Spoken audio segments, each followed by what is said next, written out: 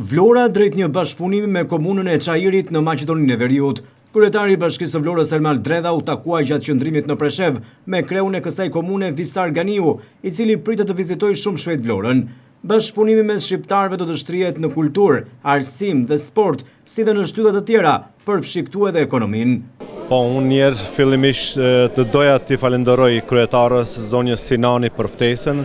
por gjithashtu t'i falenderoj gjithë kolegë kryetarë të gjithë Shqipëfolis nga të gjitha trevat që sot janë përgjigj ftesës dhe janë këtu, edhe me siguri se e kanë zmadhuar këtë spektakël me pjesëmarrjen e tyre. Kuptohet që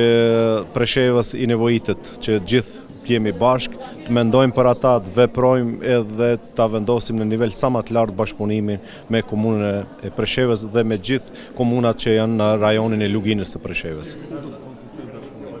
Po bashkëpunimi duhet të konsistojnë në të gjitha fushat, por kuptohet që neve na lidh kultura, na lidh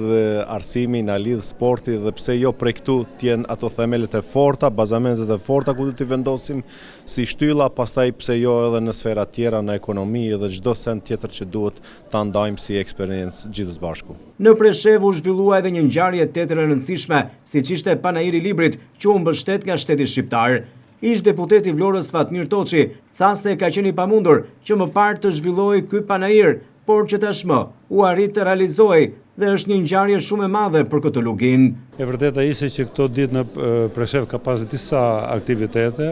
që nga panairi i librit që ne kemi ëndrruar për kaq vitesh, ka qenë e pamundur të bëhej për arsye që pak a shumë edhe merrem me mend, dhe më në fund u arrit që edhe me mbështetjen e ambasadës tonë në Beograd, edhe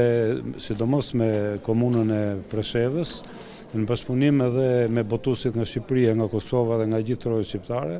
më në fund të organizohej panairi i parë i librit në Preshev. Një ngjarje e madhe, do ta quajë ngjarjen më të madhe për shkak të rrethanave të vështirësive që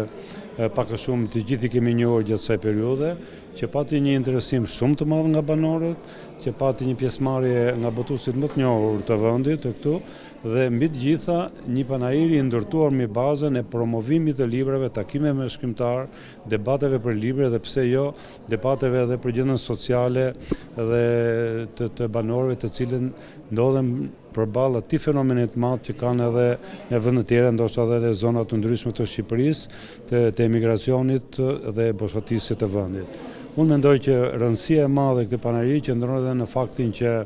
këtu bëhet fjalë për një pjesë të popullatës që është në një minorancë, po nga gjithë minorancat e ndryshme në raport në krahasim me shtetet e tjera të botës dhe të Evropës, kjo është një minorancë që është në trojet e veta, gjë që ndodhet rrallë